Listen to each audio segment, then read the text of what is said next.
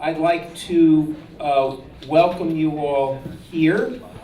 For those of you who don't know me, I'm Bruce Shapiro. I direct the Dart Center for Journalism and Trauma, which is a project of this school devoted to reporting on violence, conflict, and tragedy, both on the craft and ethical challenges of reporting on the most difficult human experiences. And we look as well at the impact of this work on us as journalists, and on maximizing the resilience of our profession at a difficult time. This is the 25th annual Dart Awards. The Dart Awards actually precede the Dart Center. I've been involved since the second Dart Award, which dates me in a frightening way. I'll have a little more to say about history in a moment. I just do want to take one point of personal privilege before I introduce Steve Call, our boss, since this is the 25th anniversary. We're here to celebrate great journalism tonight for reporting projects marked by immersion in the most difficult human experiences, by the rigor of their reporting, by extraordinary ethical commitments on behalf of the entire teams that produce this work, and by the journalistic and narrative and social ambition that they represent. But celebration is not the only reason that the Dart Center exists. And sometimes the question comes up, well, why, after all, finally do this work? I can't help but note a sort of coincidence in our presence here tonight for the 25th anniversary of the Dart Awards. Today is also Yom HaShoah, Holocaust Remembrance Day, which for some of us in this room carries a particular family meaning, and for all of us in this room stands for both the worst kind of cruelty that can be inflicted and the importance of storytelling and testimony and memory, even when the experiences involved and the acts involved defy words. The day after tomorrow is also World Press Freedom Day. And these two days that are sort of surrounding us here at the Dart Awards tonight fit together in a way that explains what brings us into this conversation in the room, what brings a bunch of colleagues from 4 different news organizations together, professors and students and members of the public here. On the one hand, we all see the essential job of journalism in bearing witness to atrocity, in speaking for the dead or the silenced or the marginalized or the invisible, and to laying out, to investigate lines of accountability, and to teach all of us what it means to have survivors of all kinds of atrocity and loss in our midst. And at the same time, we know that these same abuses of power and the same atrocities and the same losses depend to a large extent on the silencing of journalists. And so, we are here to honor journalists who understand and document human suffering, who understand and document resilience, who understand that trauma in its many guises is central to democratic decision-making, the most fundamental decisions that any society makes about war and peace, how to keep children safe, how to deal with social inequity and gender violence. All of these are central to the future of our societies. And at the same time, we all know that our profession is itself so often the punching bag and indeed the shock absorber for these same disruptions of the social contract. We're here to honor an essential job. That has been guiding the Dart Center for the last 25 years. I would like now to introduce my boss and all of our leader here at this school, Steve Call, who's been a central ally to the Dart Center and everything that we do.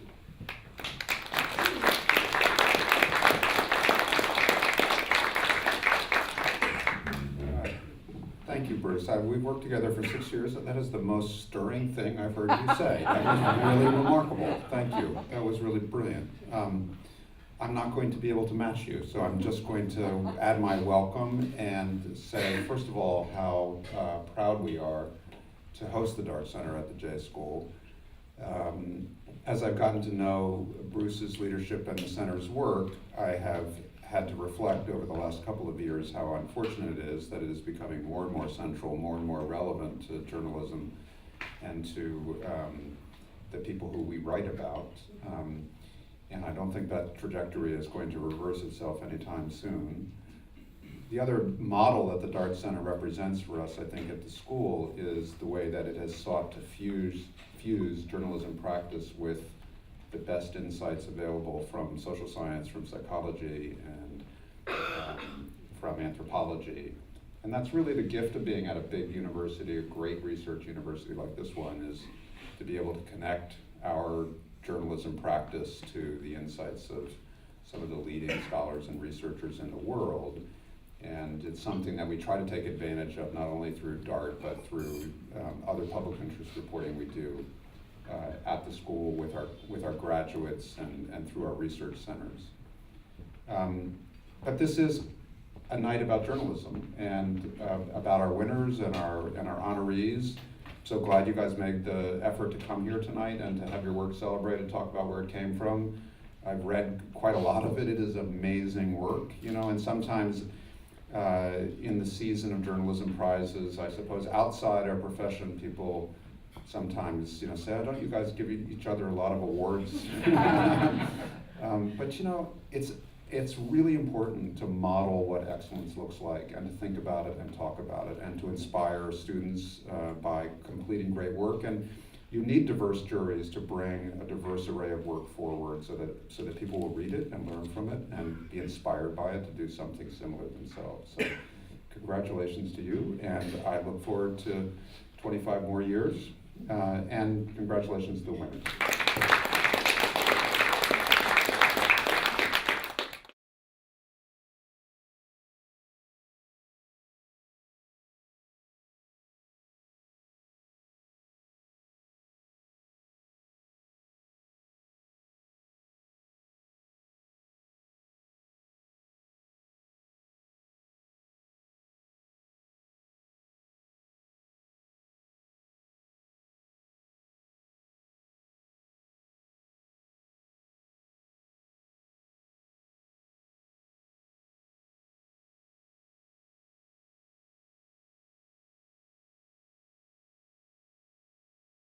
Every year, I'm blown away by the outstanding stories that are told every year as part of the DART Awards, and certainly this year is no different. And Bruce and I were talking earlier, I think every year the bar gets raised, and certainly this year is absolutely no different. The bar has once again been raised by our winners this year. So as I said, on behalf of King, congratulations, but also on behalf of me, congratulations to all the winners. It's certainly a privilege for me to be here each year, and I think I'm probably the only person in the room without a journalism background, and every year I say that for those people who aren't involved in journalism, we wake up every morning and we either turn the computer on or go and get a newspaper, and we expect every story of everything that's happening in the world to be at our fingertips, but we don't actually realize what goes into telling those stories and what goes into producing those stories for all of us to be kept aware of what's going on in the world. And certainly you all have an idea and a very intimate understanding of what that takes. And every year I'm reminded about the incredible work that journalists all around the world do day in, day out to produce these stories so that all of us can be kept up to date with what's going on. So as I say every year, thank you to all of you for all the incredible work that you do in the journalism industry. And the world certainly wouldn't be what it is without all of you, in some cases risking your lives to get the stories onto the newspapers. So thank you all very much. And I was talking to one of the winners earlier, and not only through the DART Awards, these stories, not only are they changing journalism, but they're also changing lives and saving lives, these stories that we're recognizing this evening. And I hope that the DART Awards, by recognizing these incredible stories, if we as part of that can help in changing communities, changing lives for the better, or saving lives, and certainly it's money well spent. So I think I only had 1 minute to talk. I've gone way beyond that 1 minute, but thank you all very much. It's a pleasure to be here, and congratulations again to all of our winners. Thank you. So let me just say there are 2 parts to this evening. We are doing a hopefully brief and efficient ceremonial part now. Not too brief, because this is an honor and it deserves to be treated that way. But then we'll have what to me is kind of the heart of the matter, which is a journalist-to-journalist conversation going under the hood of each of this year's DART Award winning stories. When the DART Awards were set up in 1994, and in every successive year since, we've reaffirmed a central thing, a central purpose. It's not just to honor and recognize great reporting. It's also to teach. Each of these stories contains a wealth of lessons. Reporters face these, you'll hear described, a raft of challenges. Anytime you immerse yourself in this kind of work, there are a raft of challenges that have been in some ways never been faced before in journalism. And so we try every year to draw out the lessons of the DART Awards, of the DART Award winning stories. They become part of a record on the website. Periodically, we even turn them into tip sheets and teaching resources. What we now have after 25 years is an entire generation of journalists who've grown up looking over their shoulders at the accumulated craft and wisdom of past DART Award winners and past DART Fellows. And if, as Chris said, the bar keeps rising, and I think there's something to be said for that, it's because this is how change happens in journalism. We encounter problems, we turn to our colleagues and their work for how to solve it, and if you have a cell phone like mine, turn it off now. Thank you. Which is a very convenient way of doing a little transition. So, we're now moved into the ceremonial part of the DART Awards. We're going to begin with the awards themselves. There are 2 DART Award winners, 2 honorable mentions. However, I should tell you, A, that these were chosen from over 150 entries and a dozen finalists. B, our interdisciplinary judging panel, which includes journalists, past DART Award winners, and the president-elect of the International Society for Traumatic Stress Studies, the leading clinicians and researchers group in the trauma field. This panel found all 4 of these stories meeting the highest standards of excellence. Our rules say 2 winners and a couple of honorable mentions, but for our purposes here tonight, everyone is a winner. And all of these stories carry equal weight and equal journalistic profundity. The DART Award began as a newspaper award. It now is a multimedia, multidisciplinary award. It also encompasses everything from small local news organizations and websites up to the largest transnational media companies. It's all North American. The one thing that entries all have in common is their focus on the experiences of survivors of violence, the intersection of trauma and social issues, and the highest standards of journalism. We're going to begin with our honorable mentions. The first honorable mention goes to Radio Canada International's Eye on the Arctic for Death in the Arctic, a community grieves, a father fights for change. This profoundly moving multimedia piece explores the violent death of 19-year-old Robert Adams, the impact of his death on his community, and his father's subsequent fight for mental health services, coroner services, and justice systems for Inuit in the North. Judges described Death in the Arctic as a truly impressive reporting feat, offering rare insight into an isolated, chronically ignored community. They underscored the intimacy and narrative force of the project, calling it profoundly moving and affecting, and the photography stunning. Having a son who was murdered, and my friends in town are hanging themselves left, right, and center. My children's friends are hanging them left, right, and center while the politicians are fighting over scraps. We're begging for help. Nobody's willing to help us. No one. Even the Inuit politicians. They're allowing the victims and the survivors to learn how to deal with the hurt and the pain amongst ourselves, with each other. The blind leading the blind and the deaf leading the deaf. We're trying to heal each other, but we can't because we're all hurting together up here and nobody's willing to help us. On behalf of the Dart Center for Journalism and Trauma, the first team prize to Alish for Radio Canada International.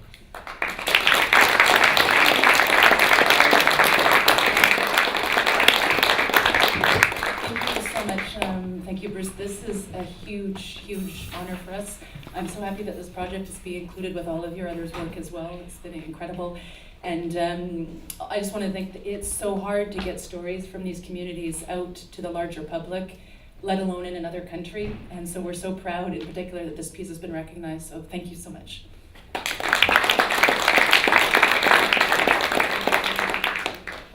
Okay, our second honorable mention goes to the Star Tribune from the great city of Minneapolis, which received an honorable mention for the investigative project Deny Justice.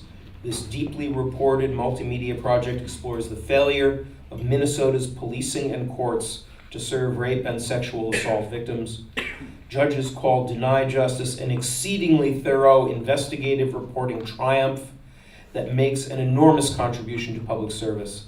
They commended the series' incredible depth that touched everything from decisions around anonymity to the scope of interviews, from expert sourcing to the wide range of angles explored.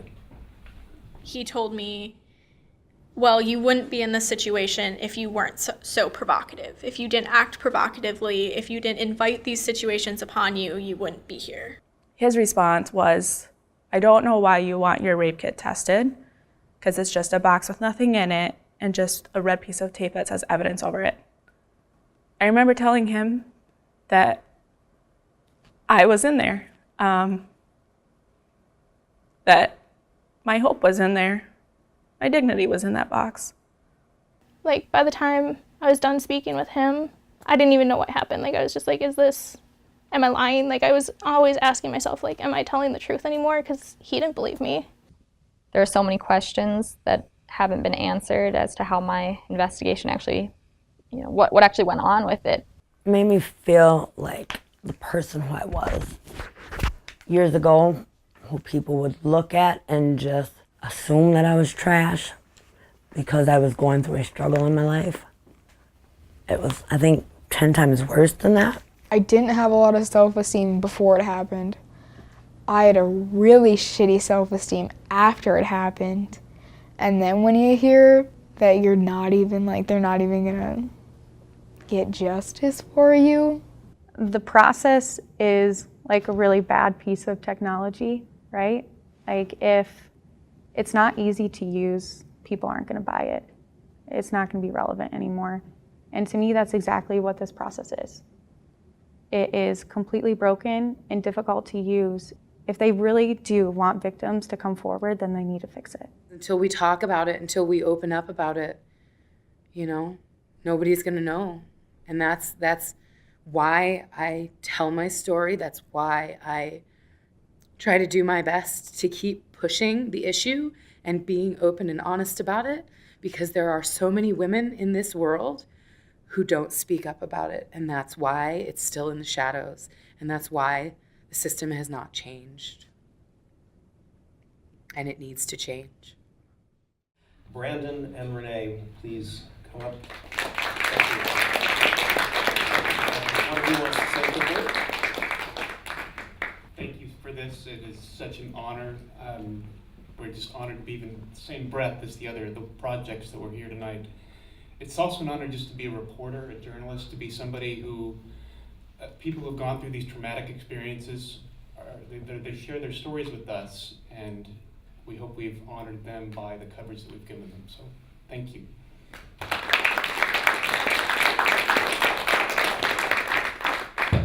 Okay, the first DART Award winner, Michigan Radio.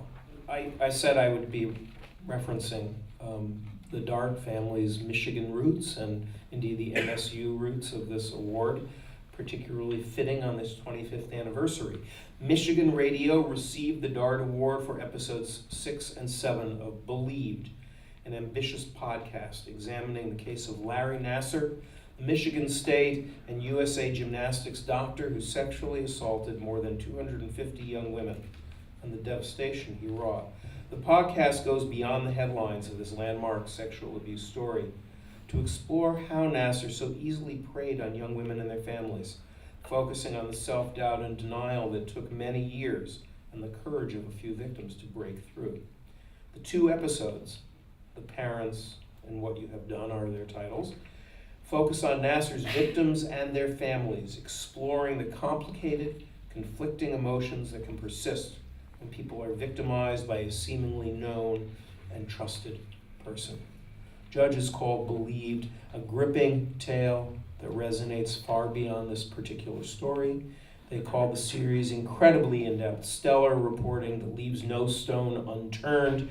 Judges recognize the enormous trust the reporters built with everyone they interviewed, allowing survivors and parents to reveal their deepest regrets and vulnerabilities, and calling the end result intimate, revelatory, and profound.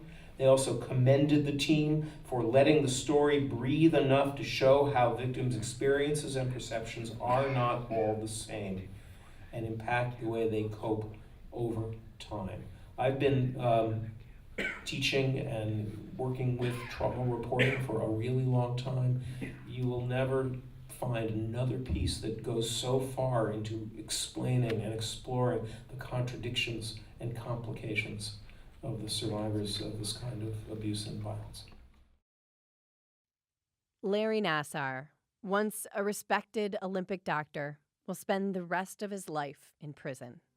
In 2017, he pleaded guilty to child abuse. Since then, more than 300 girls and women have come forward. The abuse went on for more than 2 decades.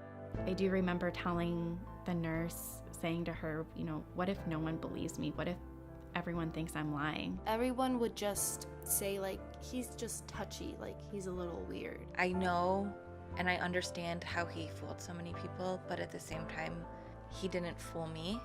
So how did he get away with it? Believed, a new podcast from Michigan Radio and NPR, uncovers why it took so long to put Larry Nassar away. It's a story of how survivors found their power and raised their voices, even in the face of doubt. We'll accept the DART Award on behalf of her colleagues, Lindsay Smith, investigative reporter, Jennifer Guerra, executive producer, Julia Kulik, senior editor, Allison McAdam, editor, Zoe Clark, program director, and Vincent Duffy, news director. But Kate is going to accept the award. Yes, on behalf of a very large team. Guys, I promise I'm going to be super fast, but I have to read you something because this is a really big deal for me personally. The DART Center, this sounds so cheesy, was a light in the dark for the 2.5 years that I was doing this reporting. It felt like somebody had handed me not only tools, but they'd handed me a compass, being able to read some of the resources. And I have to read this one quick thing from a DART article that, I swear I'm not making this up, has been, I copied and pasted it onto a Microsoft Word document and printed it out and put it above my desk where I work for the last 2 years because it felt like somebody finally understood. This is from Ollie Lambert. It's from his article that he does with the DART Center about covering child sexual abuse. And he is an incredible filmmaker. And he's talking about this, and he's saying that I felt unworthy of the task at hand. I felt guilty asking people to unpack their lives and unearth their pain. And much to my confusion, I felt ashamed of what I was doing. So he talks about working through these feelings, and he says, I was never going to be able to take away their pain, and I couldn't make promises to make it better. But I could be respectful and truthful. I could listen with empathy and use that to make their experiences as visceral and understandable as possible. That was ultimately what they wanted, to be heard and understood and believed. So thank you so much to the Dart Center. This truly means more than I can express. Thank you.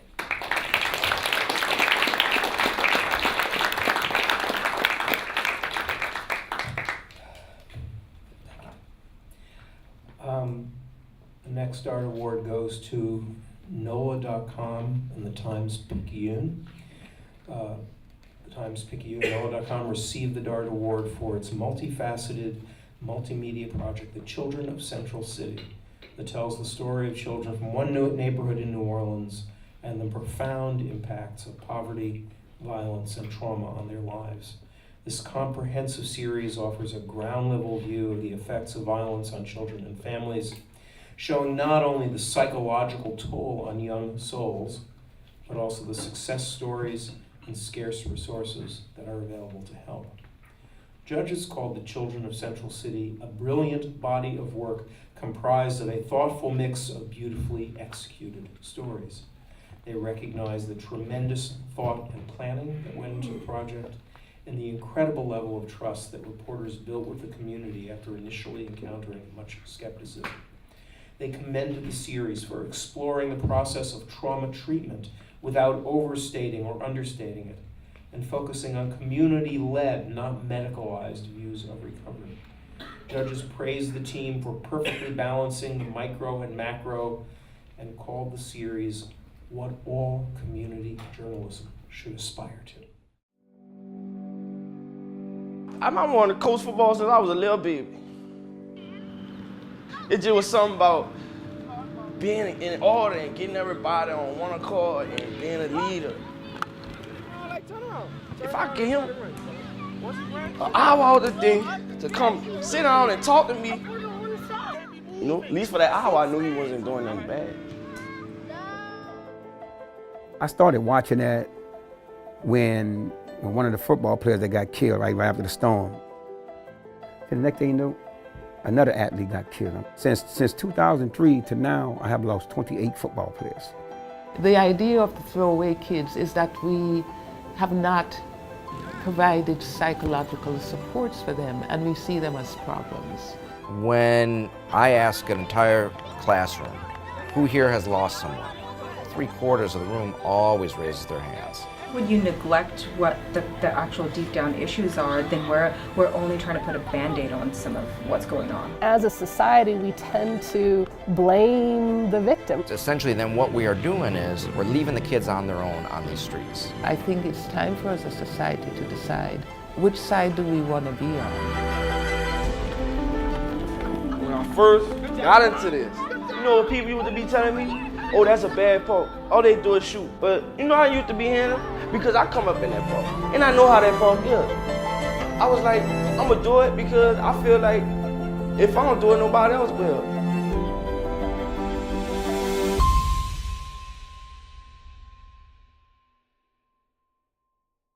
The team members are all in attendance. Please come up. Jonathan Bullington, lead investigative reporter, Richard Webster, investigative reporter, Brett Duke, photographer, Emma Scott, video producer, Haley Carell, digital producer.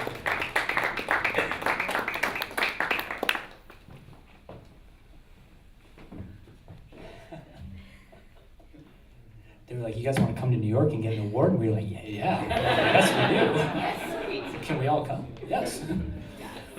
So we have a lot of people to thank, so I'll be brief. Thank you to the Dart Center in Columbia and to everyone else who won and the nominees. Really, to be in the same conversation with you all is a bit overwhelming.